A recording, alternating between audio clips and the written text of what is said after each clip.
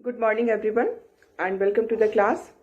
We are doing this chapter, the politics of plant development, and we all know that so many changes are there in this chapter, and we have discussed questions regarding Niti Aayog. The reference material is given, the content is given in the reference material regarding Niti Aayog, and we have seen the questions from that particular topic, and only one question is left from this topic, Niti Aayog, and the question is what are the functions of Niti Aayog. These are the questions which are never asked in the previous year because it is completely a new topic, है ना. तो ये previous year के questions नहीं है. These are the probable questions because इसके जो questions हैं वो आपको कहीं भी नहीं मिलेंगे. ये खुद से ही निकालना होगा किसी भी, अगर आप कोई रेफरेंस बुक या गाइड या anything like that if you are going through, you will not be able to see the questions from this chapter. तो it will be helpful for you which I am doing for you. तो इसमें जो last question हमारा है वो है what are the functions of NITI Aayog, और explain the functions of NITI Aayog और describe the functions of NITI आयोग. ठीक है.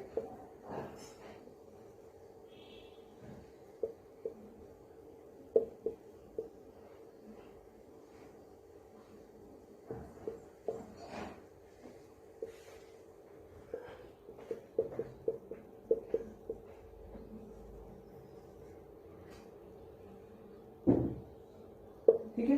नीति आयोग के क्या फंक्शंस हैं. So first of all, NITI Aayog is it acts as a think tank of the union government. Think tank का मीन्स क्या हुआ? थिंक टैंक का मतलब है कि the Aayog is not there to take decisions. Okay, it's not कि आयोग जो है, नीति आयोग जो है वो every decisions regarding the development will be taken by the NITI Aayog. No, it's not like that. It is only there to provide input to the union government. That is why it is called think tank. जो intellectuals हैं, जो experts हैं, they are there in this आयोग, and they are providing input to the union government, and then union government will take decisions according to the input given by the Niti Aayog. So it acts as a think tank of the union government. So this is its first function. It acts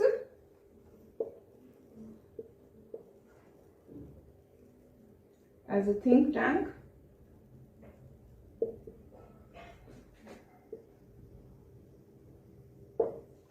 of union government.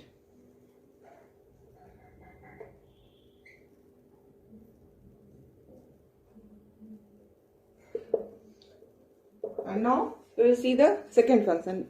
The second function, or we can say the other functions, are to harmonize the interest of national security and economic policy. How to make coordination, or how to harmonize the interest of national security on the one hand and the interest of economic policy on the other hand. इन दोनों के बीच में harmonization लाना, इन दोनों के बीच में coordination लाना. So this is our next point, to harmonize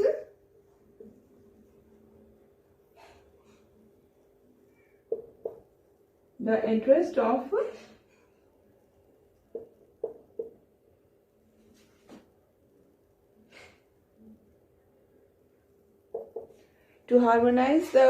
interest of national security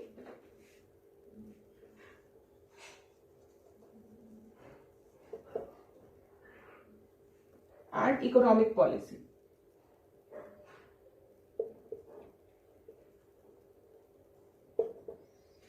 And then we will see that it also prepare strategic and long-term framework of policy and programme. जो भी policies and programmes बनने हैं उसका एक जो framework prepare करना, वो सारा इसी का काम है. तो it prepares strategic and long term framework of policy and programmes. So the third point will B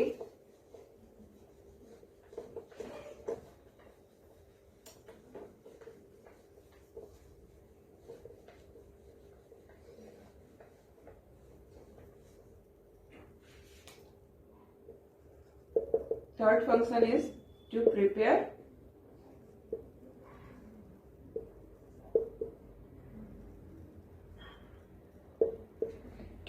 a strategic and long-term framework of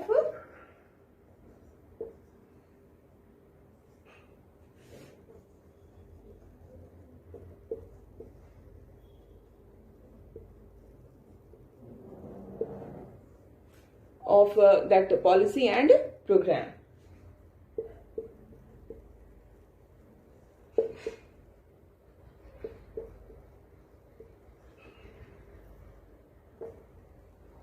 So this is all about NITI Aayog. ठीक है, नीति आयोग से इससे ज़्यादा क्वेश्चंस नहीं होंगे.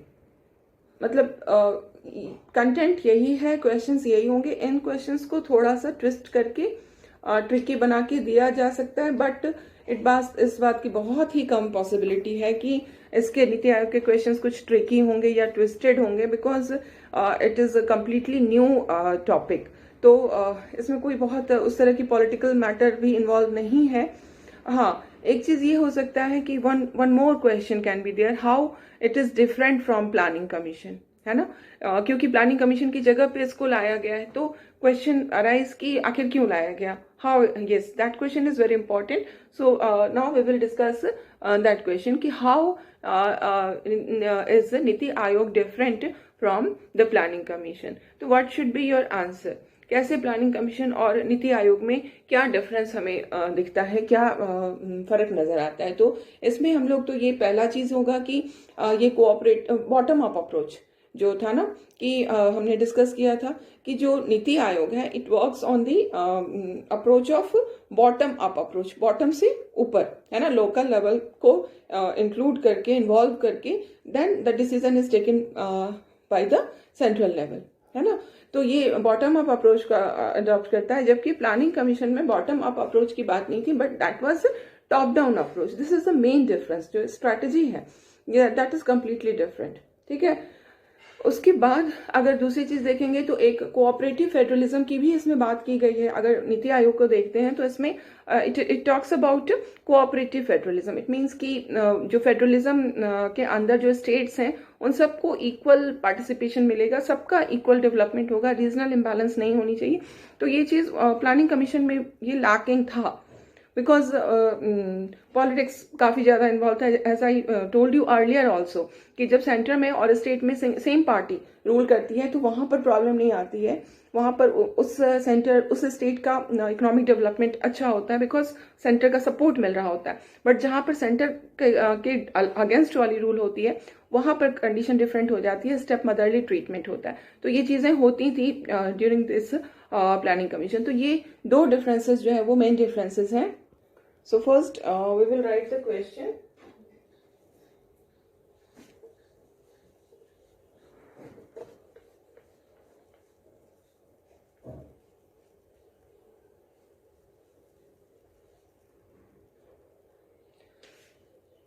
The question is,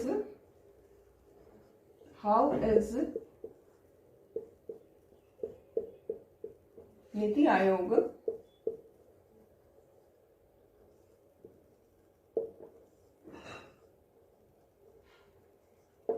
different from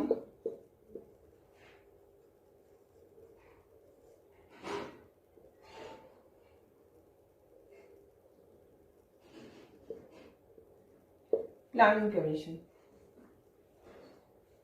So the first difference is in this type of question it will come in 2 marks, maximum 2 marks में आएगी question.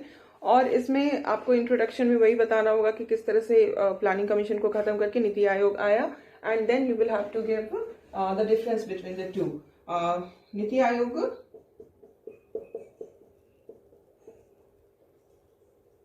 adopts the strategy of adopts the bottom up approach.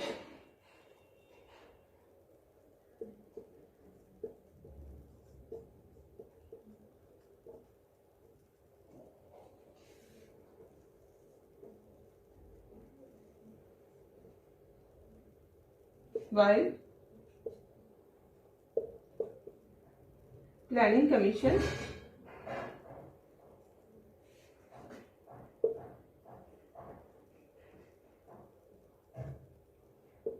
worked on top-down approach.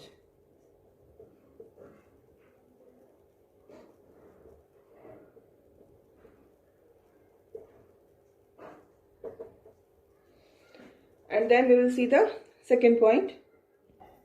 And then the second point, Niti Aayog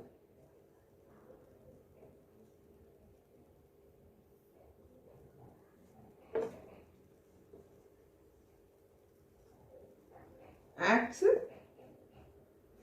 on the spirit of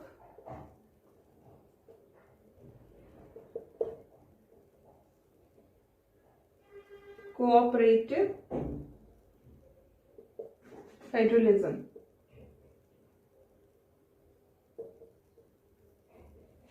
But in Planning Commission,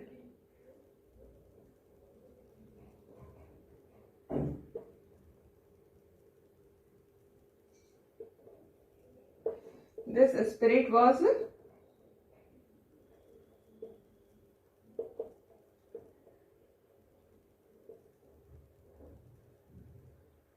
lacking. Okay, these are the two differences. And now we will see some other questions from जो हमारे original content है उसमें से हमें जो 5-year plans हैं उसके context में एनडीसी के बारे में पढ़ना है.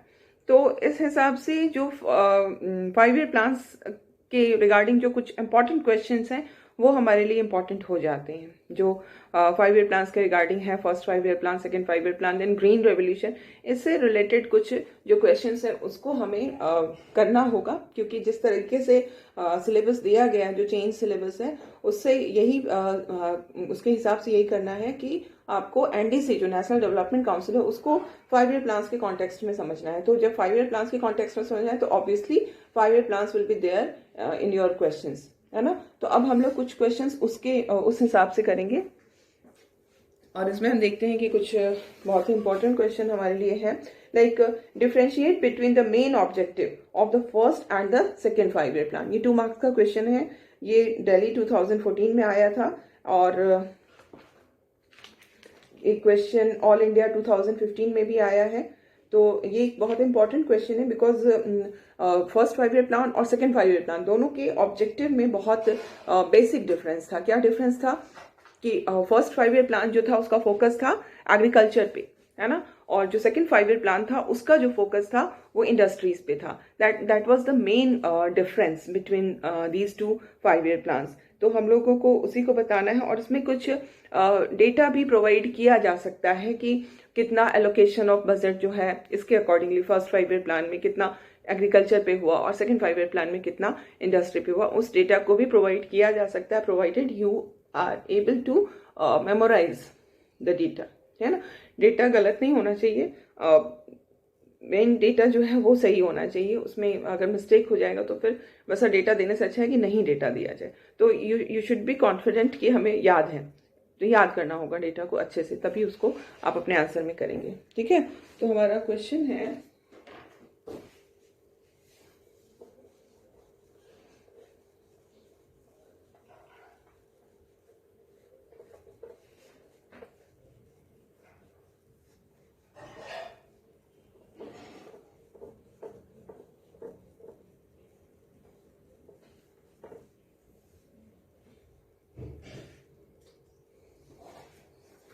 the question is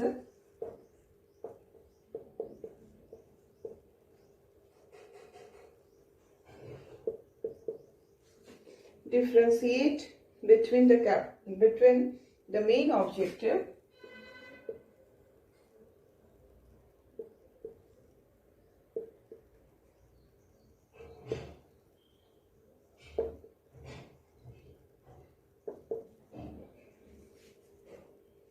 of the first and the second 5-year plan.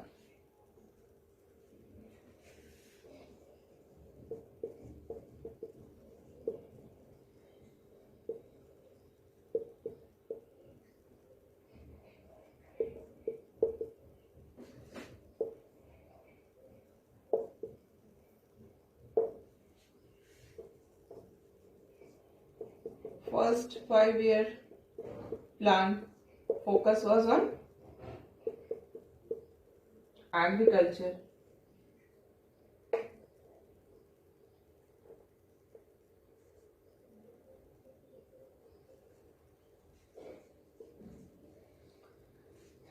Second 5-year plan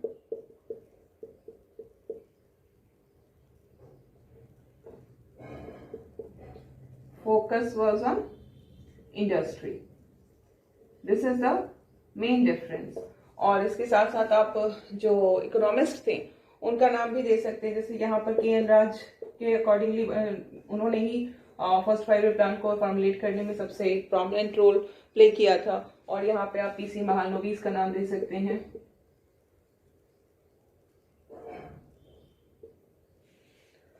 Okay, and now we will see some other points.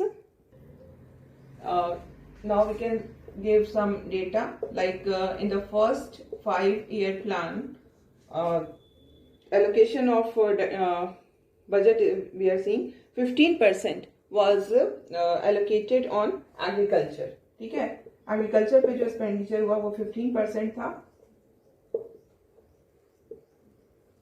फिर इरिगेशन पे जो एक्सपेंडिचर हुआ वो 17% था। ठीक है, 15% on agriculture, 17% on irrigation and food control. ठीक है, और इसके अलावे अगर हम सेकेंड 5-year प्लान को देखते हैं तो वहां पर जो एक्सपेंडिचर हो रहा है उसमें हम क्या देखते हैं कि only 11.8% was spent on agriculture. तो ये क्या है, ये कमी आई है ना। जो फर्स्ट 5-year प्लान में हम देख रहे हैं कि 15% था, वो घट करके 11.8% हो जाता है। और इरिगेशन पे हो जाता है ये 10% ऑन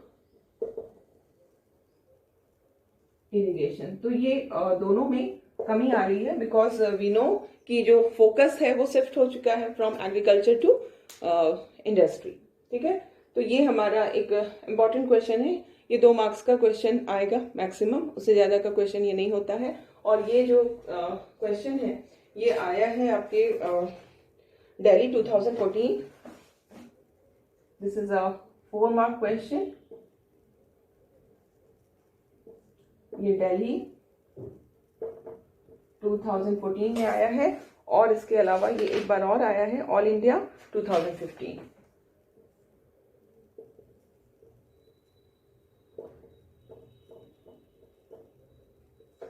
ठीक है, और अब हम लोग नेक्स्ट क्वेश्चन पे जाएंगे।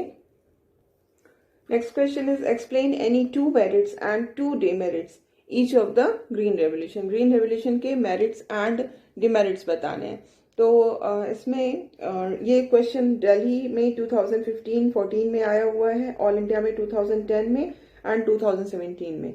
ठीक है, तो इसमें 2 मेरिट एंड 2 डिमेरिट्स हैं। तो मेरिट में तो वही हो गया कि हमारी फूड का इतना ज़्यादा प्रोडक्टिविटी बढ़ा है, स्पेशली व्हीट एंड राइस का, जिससे कि हमारा इंडिपेंडेंस हो गया फूड में के मैटर में। हम इंडिपेंडेंट हो गए, है ना। और उसके पहले हमको इंपोर्ट करना पड़ता था, लेकिन because of green revolution productivity इतनी इंक्रीज की कि हम सेल्फ सफिशिएंट हो गए, हमें बाहर से अब इंपोर्ट करने की जरूरत नहीं पड़ती है।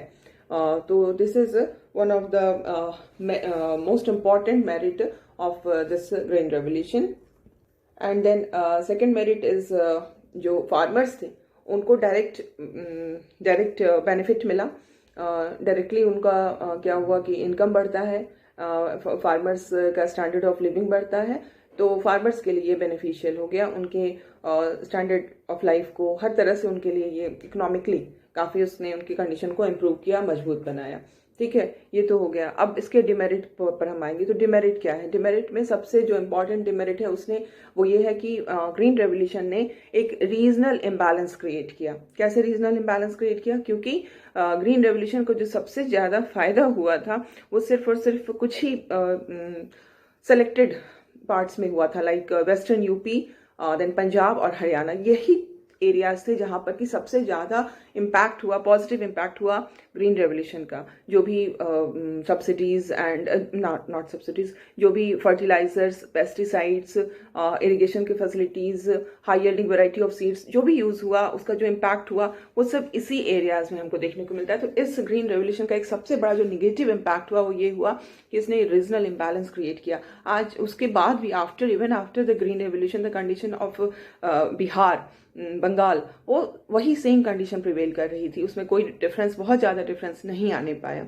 तो फर्स्ट ये हुआ। सेकंड जो डिमेरिट हम इसकी देंगे कि एक तो इसने रीजनल इम्बैलेंस क्रिएट किया, दूसरे इसके कारण क्या हुआ, जो हमारा फार्मर्स का सेक्शन है उस सेक्शन के अंदर डिवीजन हो गया कि कुछ ऐसे फार्मर्स हो गए जो बहुत ही ज़्यादा रिच हैं, जिनको कि बहुत ज़्यादा बेनिफिट हुआ इस ग्रीन रेवोल्यूशन का। तो उनकी इकोनॉमिक कंडीशन बड़ी अच्छी हुई, और इकोनॉमी के साथ साथ जब इकोनॉमी स्ट्रांग होगी तो ऑब्वियसली सोसाइटी में, पॉलिटिक्स में, हर जगह उनका इन्फ्लुएंस बढ़ा। तो वो एक नया जो क्लास पैदा हो गया मजबूत फार्मर्स का।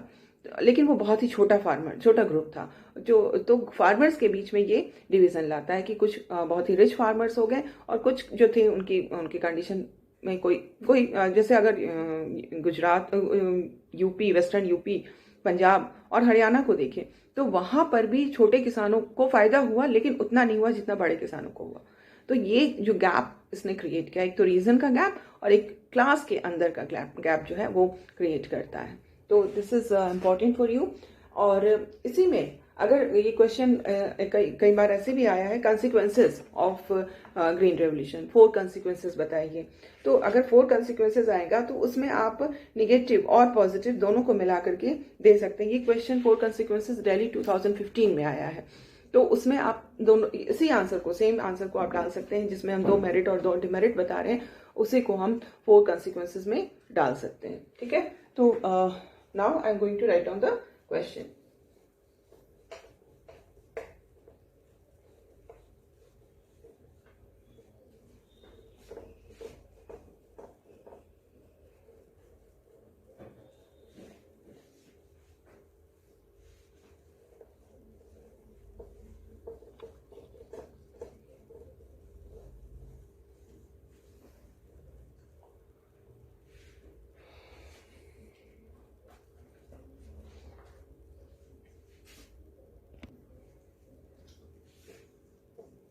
So the question is, explain any 2 merits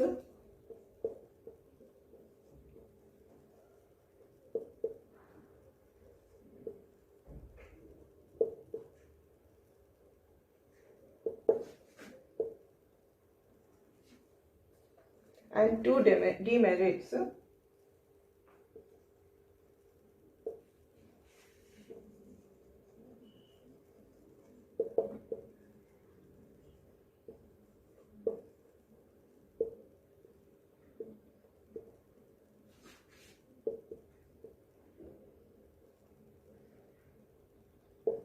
each of the green revolution. Okay, this question came, it's a 4-mark question. ये क्वेश्चन आपका दिल्ली 2015,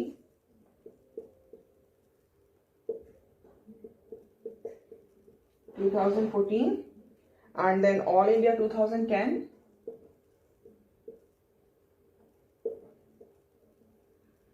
एंड 2013 में आया हुआ है। ठीक है, और इसी के साथ एक और question, I am just adding one more question जिसका कंटेंट सेम होगा जो इसका आंसर है। तो और वो क्या क्वेश्चन है? The question is describe any 4 consequences of the green revolution.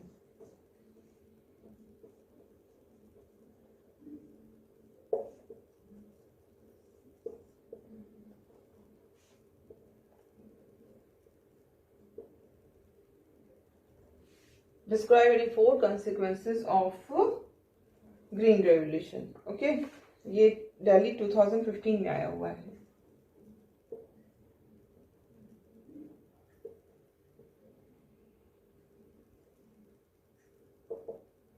और मोस्टली इसी तरह से होती है, जब 4 consequences है तो 4 मार्क्स है ना। तो ये भी 4 मार्क्स का ही क्वेश्चन है, और ये अभी तक एक बार दिल्ली 2015 में आया है।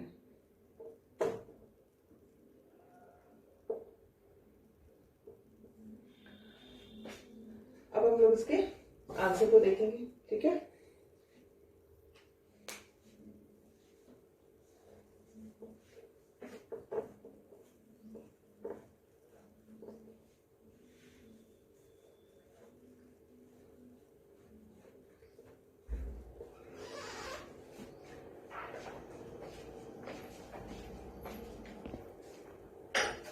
So the answer is first of all in introduction, है ना। पहला तो आपका इंट्रोडक्शन होगा।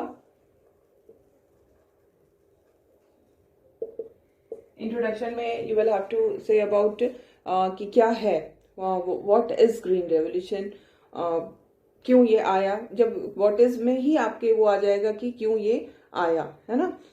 तो इंट्रोडक्शन में what and why green revolution, है ना, ये हो गया। इसके बाद जो हम देंगे इसके मेरिट्स को देंगे। तो मेरिट्स में क्या आएगा, सबसे पहला तो यही हो गया कि हमारा फूड सफिशिएंसी हो गया। Food we became self sufficient, self sufficiency in food production, है ना।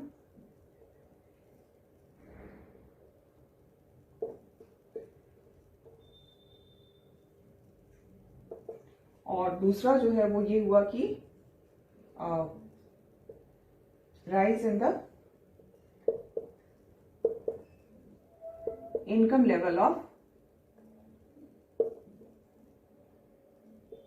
फार्मर्स। जो फार्मर्स थे उनका इनकम लेवल जो है वो बढ़ गया, है ना। तो ये दो बेनिफिट हमें मिले, लेकिन इसके साथ ही साथ इसके कुछ डिमेरिट्स भी हैं। डिमेरिट्स क्या है, इसका जो फर्स्ट डिमेरिट हम देखेंगे वो ये है कि it created regional imbalance in the country.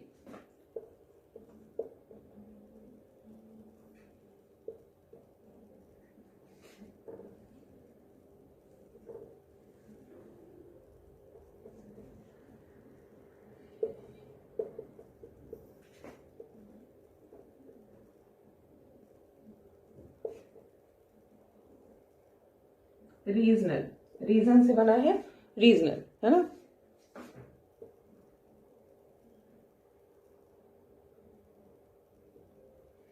And the next is it created gap among the, it created wide gap, not only gap, it was a wide gap, है ना। It created wide gap among the farmers,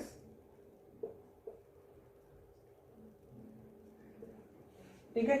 तो ये merit और demerit तो होते हैं, और इसी क्वेश्चन, ये same content can go with that consequences, जहाँ पर हम लोग देख रहे हैं कि क्या कंसिक्वेंस था इस ग्रीन रेवोल्यूशन के 4 कंसिक्वेंसेस वाले जो क्वेश्चन थे, उसमें हम ये चारों को दे सकते हैं, ठीक है। और इसमें जो सेल्फ सफिशिएंसी आई फूड प्रोडक्शन में, no data is not given in your book, तो you don't need to give any data, बस ये आपका आंसर सफिशिएंट है, ठीक है। तो अब इसके बाद कुछ और क्वेश्चंस हम लोग देखेंगे।